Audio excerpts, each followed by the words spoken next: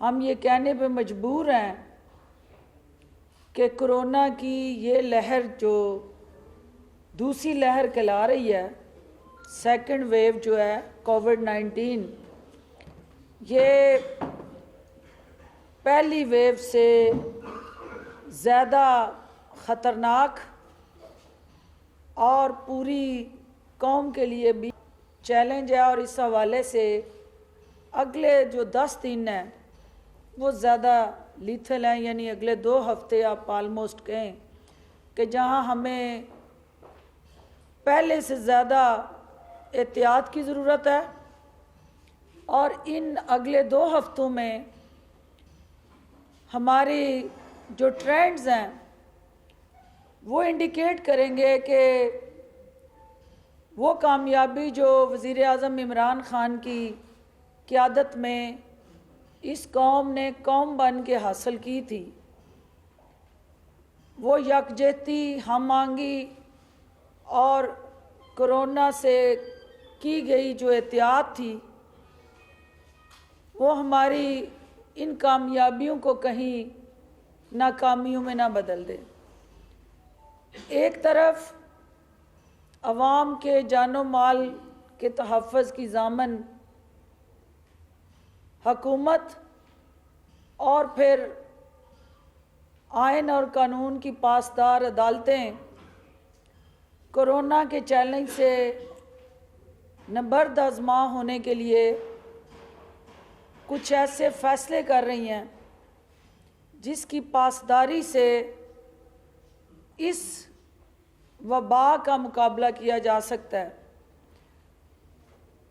ایک طرف وہ قومی حکمت عملی ہے، دوسری طرف عدالتی حکم کا سر عام پی ڈی ایم جنازہ نکال رہی ہے۔ آج آپ نے دیکھا کہ کچھ نادان دوست اپنے آپ کو ان مقدمات سے نکلوانے کے لیے، اپنے اوپر قائم ہونے والے مقدمات سے جان چھڑانے کے لیے معصوم اور نہتے عوام کو قانون ہاتھ میں لے کے مقدمات میں پھنسوانا چاہتے ہیں۔ ملتان جو مدینۃ الاولیاء کہلاتا ہے اور ملتان شہر جو امن کا گہوارہ رہا، اور اس شہر نے ہمیشہ بھائی چارے اور بین المذاہب ہم آہنگی کی بات کی، آج اس شہر پہ آپ نے دیکھا کہ کس طرح ایک ایسا ماحول، ایک ایسی دنگا اور فساد سے جڑی تحریک، شرپسند عناصر کا مسلسل قانون کے منہ پہ تماچے مارنا اور قانون کو ہاتھ میں لے کے ریاست کی رٹ کو بار بار چیلنج کرنا، آپ کی کیمروں کی آنکھ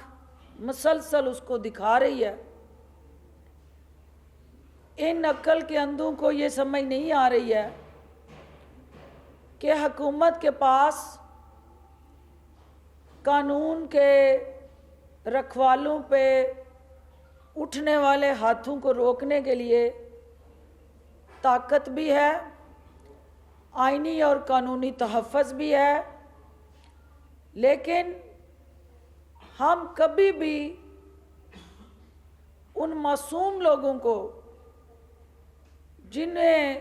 اپنی انا کی تسکین اور ذاتی مفادات کی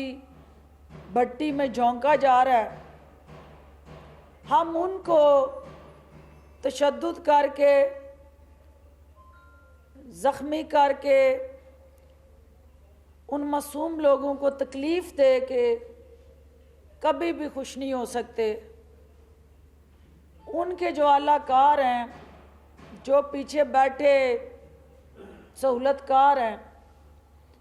کیونکہ یہ تو کٹ پتلی ہیں جو آگے پولیس سے الجھیں یا انتظامیہ سے الجھیں یا سرکاری املاک کو نقصان پہنچائیں. ان کٹ پتلیوں کے پیچھے جو ان کو ہلانے والے ہاتھ ہیں، قانون ان ہاتھوں کو روکے گا. اور جس نے آج ملتان کے اندر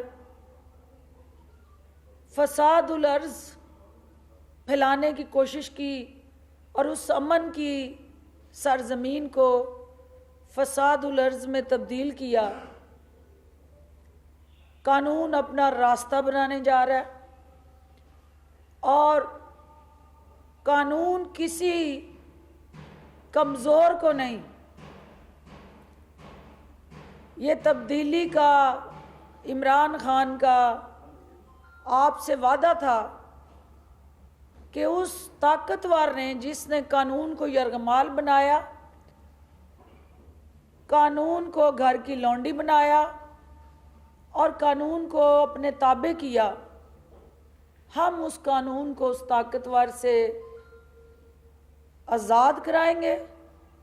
اور طاقتور کو اس قانون کے تابع لائیں گے. آپ نے دیکھا کہ چند دن پہلے اسی شہر میں ایک ایسی طاقتور شخصیت اور خاندان کے سپوت نے قانون کے منہ پہ جب تماچے مارے تو اس سے پہلے قانون آنکھیں بند کیا کرتا تھا. افسران کی اور عملے کی جرت نہیں ہوتی تھی کہ غنڈہ گردی، فساد اور اس قسم کے ذاتی ایجنڈے پہ چلنے والے افراد کا محاسبہ کرے. آج مجھے افسوس سے کہنا پڑتا ہے کہ نون لیگ کے گھر میں ماں کا جنازہ پڑا تھا اور انہوں نے آج ماں کے جنازے والے دن بھی اس صف مرگ پہ بھی جس طرح کی ملتان کے اندر نفرت کی آگ کو ابھار کے فساد کو پروموٹ کر کے قانون کی دھجیاں بکھیری ہیں، یہ قابل افسوس عمل ہے. اس کے علاوہ دو ہمارے بچے ہیں جو ابو بچاؤ تحریک کی آڑ میں قوم کے بچوں کو اپنا ایندھن بنانا چاہتے ہیں، اور وہ اس بات پہ بضد ہیں کہ ہمارے ابو اقتدار میں آئیں تو قوم کے بچوں کو جینے کا حق ہے، اور اگر وہ اقتدار سے باہر ہیں تو پھر قوم کے بچے جو ہیں وہ کرونا کی نظر کیے جائیں. اپنے گھر میں ہونے والی تقریبات کے لیے کرونا ٹیسٹ لازمی قرار دیتے ہیں کیونکہ وہ شاہی خاندان، مرات یافتہ طبقہ اور وہ تمام ایلیٹ کلب کہیں ان کی جانوں کو خطرہ لاحق نہ ہو جائے. لیکن جہاں عام عوام کی بات آتی ہے وہاں اپنی تسکین، انا، ضد اور ہٹ درمی کی بھٹی میں قوم کے بچوں کو جھونکنا ان کا معمول ہے. میں پشاور کے غیور لوگوں کو بھی سلام پیش کرتی ہوں جنہوں نے اس تھکی ہوئی گاڑی کو جو حکومت کے خلاف مسلسل سازشیں کر کے ناکام ہو کے حکومت کا ایک انچ بھی کچھ نہ بگاڑ سکی، اس گاڑی کے اندر وہ تھکی ہوئی گاڑی اب ہچکولے لے رہی ہے اور کبھی بلاول دھکا لگا رہا ہے اس کو، کبھی مریم نواز لگا رہی ہے. انہیں یہ سمجھ نہیں آ رہی کہ جس گاڑی کا ڈیزل پرانا ہو اور گیئر باکس بھی کرپشن زدہ ہو اس کو جتنے مرضی دھکے لگائیں اس سے نہیں چلنا۔ آج ایک دفعہ پھر اپنی اس نادان اپوزیشن کو، ویڈیو لنک کا زمانہ ہے، کلاسیں آن لائن ہو رہی ہیں، انٹرنیشنلی دنیا میں ویبنار کے ذریعے کمیونیکیشن اسٹریٹجی بن رہی ہے، اور کوئی بھی دنیا کا بڑے سے بڑا ادارہ، یونیورسٹی، انسٹیٹیوشن اپنی بات کہنا چاہتا ہے تو اس کے پاس ویڈیو لنک کا آپشن ہے، اس کے پاس آن لائن ہر طرح کی سوشل میڈیا فیسلٹی اویلیبل ہے۔ آپ حکومت کو گالی گلوچ دینا چاہتے ہیں، ضرور دیں۔ آپ ہمیں برا بھلا کہنا چاہتے ہیں، ضرور کہیں۔ آپ تحریک چلانا چاہتے ہیں، ضرور چلائیں، یہ آپ کا آئینی اور جمہوری حق ہے۔ لیکن آپ کو بھی پتہ ہے کہ کبھی جلسوں سے حکومتیں نہیں جایا کرتی۔ آپ حکومت کو گرانے کے لیے یہ نہیں کر رہے، آپ کسی اور مقصد کے لیے یہ کھیل کھیل رہے ہیں، اور جو آگ آپ لگانا چاہتے ہیں اس آگ میں آپ پاکستان کے قومی مفاد کو دھکیلنا چاہتے ہیں۔ پاکستان کا قومی مفاد، پاکستان کی قومی سلامتی اور پاکستان کا ایک تشخص اور وقار، اس کی حفاظت کی ذمہ داری پاکستان کے قومی ادارے اور موجودہ حکومت نے اٹھائی ہوئی ہے۔ بزدار حکومت کے تحمل، صبر اور اس جذبہ خیر سگالی کو کمزوری نہ سمجھا جائے۔ وزیر اعلیٰ عثمان بزدار آپ کے جمہوری حق کو تسلیم کرتے ہیں، لیکن نہتے عوام کو کورونا سے بچانا بھی ہماری ذمہ داری میں آتا ہے۔ لہٰذا جو آج کھیل کھیلا گیا، اس کھیل کے تانے بانے جہاں جہاں جڑتے ہیں، ہم اس حقیقت سے آگاہ ہیں۔ ایک دفعہ پھر ان افراد کو جنہیں آج استعمال کیا گیا توڑ پھوڑ کے لیے، گراؤ جلاؤ کے لیے، اور قانون کے رکھوالوں کو جس طرح بے توقیر کیا گیا، انشاءاللہ قانون اپنا راستہ بنائے گا اور ریاست کی رٹ کو ہر حال میں قائم رکھا جائے گا، اور ان شرپسند عناصر کو آئینی ہاتھوں سے ہم نپٹیں گے۔ میں اپنے ساتھی اور میرے MNA اور اس ریجن کے صدر صداقت عباسی صاحب سے بھی گزارش کرتی ہوں کہ آپ چونکہ سومناتھ کے ایک مندر کو گرا کے پارلیمنٹ میں پہنچے ہیں، تو بیک کی سیٹوں پہ ادھر ادھر سے MNA بننے والے افراد جو ہیں ان کو چین نہیں آ رہا، تو آپ اس حوالے سے کس طرح کورونا سے نپٹنے کے لیے اس حکومتی اور پارٹی سطح پہ ہماری ترجیحات جو ہیں وہ میڈیا سے بھی شیئر کریں۔ اور میں صرف چونکہ کورونا کے اب ہمارے لیے آئے دن جو چیلنجز ہیں، کل صرف پنجاب کی سطح پہ 25 ڈیتھس ہوئی ہیں، ملتان میں جو 17% انفیکشن ریشو ہے، پنجاب کے اندر سب سے زیادہ جس ریجن کے اندر کورونا کی انفیکشن ہے، ہمارے ہاسپٹلس اس وقت کرونا کے مریضوں سے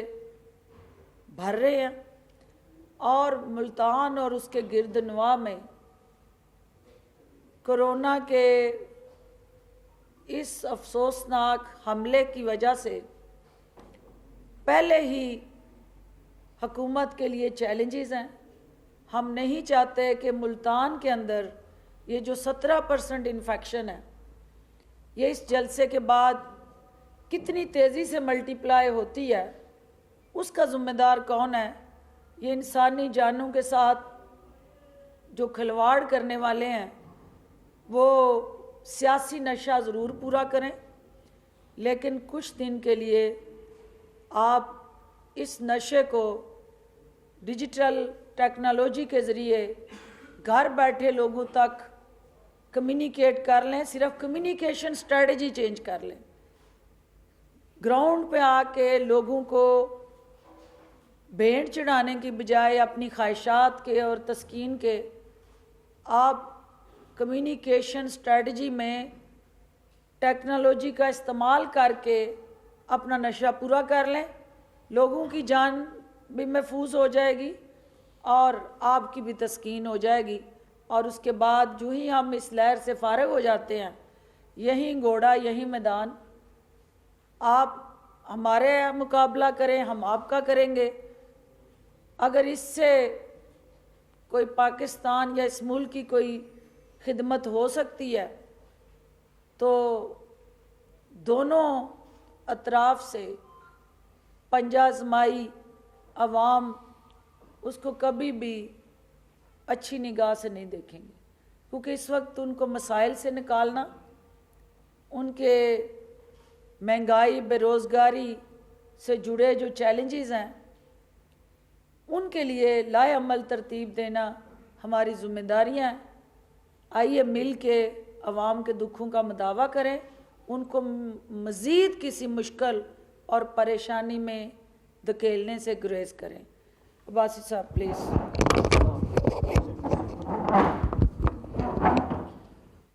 اطلاعات ڈاکٹر فردوس عاشقاوان راولپنڈی میں پریس کانفرنس کر رہی تھیں. انہوں نے کہا کورونا کی دوسری لہر زیادہ شدید ہوتی جا رہی ہے. ایکٹیویٹی پہ، جمہوری تحریک پہ ہمیں کوئی اعتراض نہیں ہے. صبح شام جمہوریت کا راگ الاپنے والوں کو پتہ ہونا چاہیے کہ اگر سپریم کورٹ یہ آرڈر دیتی ہے، ملک کا بڑا ایک معتبر ادارہ NCOC کہتا ہے کہ اس وقت انفیکشن ریٹ اتنا خطرناک ہے کہ اس کے پھیلنے کے سب سے زیادہ چانسز ہیں، اور جو دوسری یہ لہر آئی ہے اس کرونا کی، یہ زیادہ خطرناک ہے. ہمارے ارد گرد صبح شام ہمیں خبریں مل رہی ہیں لوگوں کے ہاسپٹل میں پہنچنے کی، لوگوں کے یہ جو وینٹیلیٹر پہ جانے کی، لوگوں کی اموات کی، اور یہ حقیقت ہے. اور یہ وہی لوگ ہیں جو آج سے کچھ عرصہ پہلے ہمیں سخت پابندیوں کی اور سخت بندشوں کی ریکمنڈیشن کرتے تھے. سبسکرائب کریں اور بیل دبائیں تاکہ کوئی خبر رہ نہ جائے.